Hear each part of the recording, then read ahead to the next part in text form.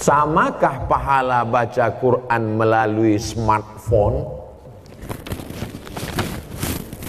Baca Quran di dinding, ada tertulis di situ dinding, masuk masjid. Ya ayyuhalladzina amanu taqullaha wal tanzur nafsum ma qaddamat lighad. Baca Quran di dinding. Yang satu lagi baca Quran di handphone. Kutiba alaikumul qitalu fil qatla al-hurru bil hurri wal 'abdu bil 'abdi wal unsa bil unsa. Yang satu lagi melihat mushaf Al-Quran. Ya ayyuhalladzina amanu ista'inu bis sabri was salah. Melihat mushaf, melihat handphone, melihat dinding. Pahalanya bukan dilihat kau baca Quran dari mana, tapi yang dilihat adalah lafaz di mulut dan di hati. Mulut fasih, tahsin, tajwid, hati ikhlas. Walaupun kau baca di pelepah kurma. Ada Quran zaman sahabat Nabi, Quran macam kita dicetak sekarang? Mana ada? Pakai resleting pula lagi. Kenapa kau tak pernah baca Quran ini? Saya sebetulnya mau baca Pak Ustaz, terus resletingnya macet terus tiap hari. Oh, kasihlah minyak jelantah. Dulu Quran ditulis di pelepah korma, di tulang onta, di batu yang, batu apa namanya itu? Batu lepes, batu ceper macam piring, ditulis. Jadi Quran tidak dilihat di mana, mau di kertas. Kertas adanya bambu yang ditumbuk, bambu, tahu bambu? Buluh, ditumbuk halus jadi bubur, dijemur. Itulah asal muasal kertas dari Cina. Lalu kemudian ada kertas satu lagi di Mesir, pohon bardi, tumbuhnya di tepi sungai Nil, disusun-susun melintang membujur, dipres pakai tanah liat, dijemur. Namanya kertas papirus. Kertas paling tua dua, satu dari Mesir, Fir'aun, satu dari Cina. Lalu kemudian barulah belakangan datang kertas masuk ke kota Makkah. Jadi Quran ditulis di kertas, di batu lepes, di tulang onta, di pelepah korma. Yang dilihat bukan baca di mananya, tapi yang dilihat adalah pelafazan mulut dan keikhlasan hati. Ini Qurannya bukan main lagi, mahal minta ampun. 30 juta harga Quran. Diletakkan di lemari tamu di depan. Setiap tamu yang datang menengok macam menengok kucing. Bukan Quran itu yang mahal. Quran mahal adalah Quran yang dibaca. ما حكم قراءة القرآن في جهاز الجوال؟ وهل الأجر كقراءته في المصحف؟ وبماذا نرد على من يغضب على من يقرأ في جهاز الجوال؟ أولا المصحف الذي كتب في عهد النبي صلى الله عليه وسلم، هل المصحف المكتوب في عهد النبي عليه الصلاة والسلام هو المصحف المطبوع الآن؟ هل كان مطبوعا على ورق في عهد النبي عليه الصلاة والسلام؟ طيب ماذا كان؟ كان مكتوبا على ألواح وعلى كرب النخل ونحوها. ثم تطور الأمر في عهد عثمان رضي الله عنه، فأصبح يكتب كله على ألواح بطريقة أفضل.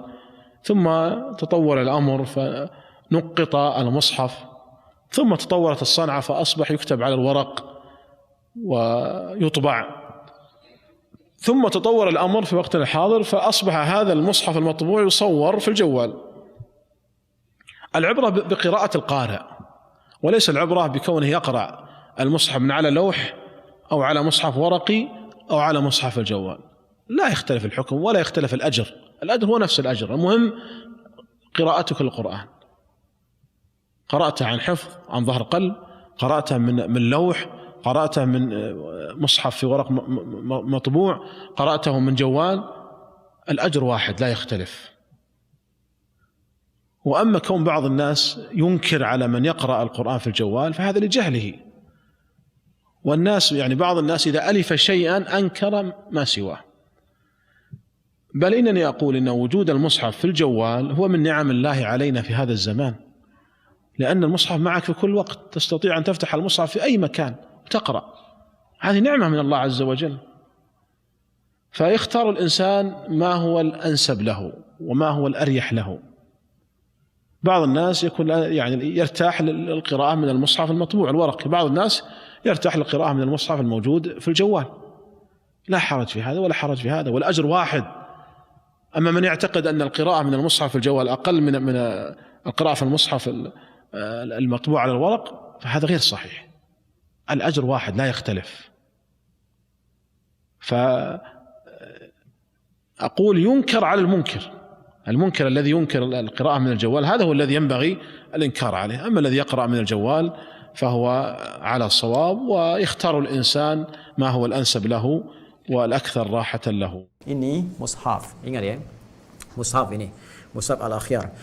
Mushaf ini apa yang disebut dengan mushaf, mushaf Al-Quran, yaitu ya, mushaf adalah firman Allah Subhanahu wa taala yang tertuliskan dalam lembaran yang terletak di antara dua jilid seperti ini. Jadi isinya Al-Quran semua. Ya, isinya Al-Quran semua dituliskan. Karena di dalamnya ada firman Allah, maka hati-hati. Kita memposisikannya pun tidak boleh sembarangan. Karena ini wujudnya sudah mushaf Al-Quran, dituliskan mushaf Al-Quran. Kalau ada terjemahnya, maka ditambahkan terjemah. Nah, ini dalamnya firman Allah. Maka cara kita berinteraksi pun beda, karena ini khusus mushaf, khusus untuk Al-Quran. Di ini nggak ada hal-hal lain. Ya, mohon maaf, di sini nggak ada informasi hotline misalnya, nomor-nomor penting. Ya, di sini kita temukan misal saja, ini nomor pemadam kebakaran di mana, nomor ambulan di mana, nggak ada. Ini semuanya yang ada indeks Al-Quran, semua firman Allah saja. Nah, jadi memperlakukan ini pun, ini nggak boleh sembarangan. Ditempatkan di tempat yang terbaik, ya. Kemudian dicek, debu kita bersihkan, dibaca, diibadah. Itu punya nilai ibadah di dalamnya. Nah, terus nggak boleh dibawa di tempat-tempat yang, maaf ya, kotor misalnya. Nggak boleh sengaja dibawa ke toilet, gitu kan? Hati-hati tuh.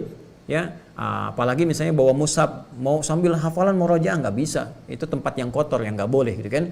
Tempat-tempat yang buruk juga ya, yang kira-kira banyak orang singgungan dengan dunia. Nah, itu nggak boleh kita menyengaja di situ. Sebenarnya ke pasar ya sambil nawar baca mushaf, gitu. Tidak seperti itu. Ya, ada tempatnya masing-masing. Maka ini punya nilai keutamaan yang tidak boleh diabaikan. Bahkan nggak boleh disimpan di tempat yang rendah. Ya, tempat yang hormat, tempat yang terhormat, yang tinggi. Nah, ini. Adapun aplikasi misalnya kayak yang melekat di handphone, kan?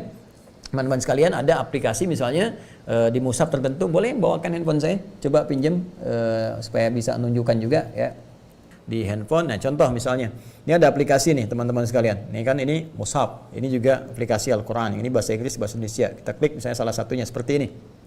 Ya. Nah, ini aplikasi, yang tadi mushaf, yang ini aplikasi. Kalau namanya aplikasi jihaz, maka macam-macam berkumpul di sini. Ya, sebelum kalau kita buka ini mushaf. Ya, dalam bentuk aplikasi. Kalau kita buka begini nih, misal ini keluar, ya kan? Nah, ini bacaan, ini tulisan, di firman Allah. Ya, ada di sini.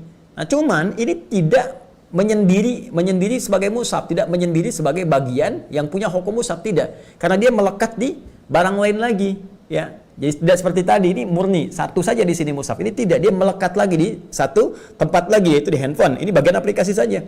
Bahkan aplikasi ini kalau ditutup ya nggak ada. Beda dengan ini. Ya ditutup ya jadi handphone seperti biasa. Anda buka yang lain ya keluar yang lain, gitu kan? Kalau Anda tutup ya selesai. Jadi hukum bawa handphone itu beda dengan hukum bawa mushaf. Kenapa? Karena saat ditutup sudah nggak ada mushafnya. Yang tadi hanya gambar saja. Sama aja ketika Anda bawa gambar, saya kan ada namanya ikonnya gitu kan, atau misalnya ada gambaran ramz apa dalam bahasa Indonesia itu ya, semacam shortcutnya gitu, seperti itu untuk kita mendapatkan itu, mengakses. Nah, itu nggak ada masalah kalau itu bukan mushaf. Ketika tampil ada baru mushaf. Kalau ini tidak, ini aplikasi saja. Makanya ketika Anda bawa handphone kemanapun hukumnya nggak sama dengan bawa mushaf. Ya, Anda bisa sakuin misalnya, Anda bisa tempatkan di bawah, tapi ketika Anda buka dan ada mushaf, ketika Anda akses itu, maka hukumnya Anda sama memperlakukan seperti Anda hukum membawa mushaf ya. Anda misalnya keutamaannya, Anda membaca dengan wudu, Anda menghadap ke arah kiblat dan sebagainya. Karena itu ketika Anda tanyakan di sini, bagaimana kalau saya mau menghafal, ada nggak belajar gitu? Boleh, silahkan. Ya, Anda bisa menggunakan mushaf ini dengan terbatas waktu, kesempatan, atau Anda bawa handphone silahkan ke kereta, buka, Anda belajar, menghafal dari sini silahkan. Bahkan At-Taisir pun insya Allah aplikasi mushafnya ada di sini, storannya nanti bisa datang lewat aplikasi. Alhamdulillah silahkan, gak ada masalah. Jadi bisa menghafal lewat ini, bisa menghafal juga lewat mushaf, atau bahkan mushaf yang sudah kita siapkan per lembar, tidak ada persoalan. Cuman cara menyikapinya, cara bersikap dengan itu semua ada perbedaan karena tidak sama. Ya, tidak sama. Di bandara misalnya kalau Anda mau masuk ke kamar mandi kan tertentu, misalnya kita handphone bisa dibawa, tapi ini nggak bisa, harus tinggal di luar. Tetapkan ya, kalau handphone bisa kita bawa, kita bisa matikan dulu. Kalau dimatikan Selesai, nggak ada tampilan apapun di situ, nggak muncul, ya. Tampilan telepon, WhatsApp nggak muncul, tampilan untuk tadi perangkat mushafnya nggak muncul juga gitu. Jadi kita bisa selesaikan sehingga tidak ada kandungan apapun di situ. Jelas ya?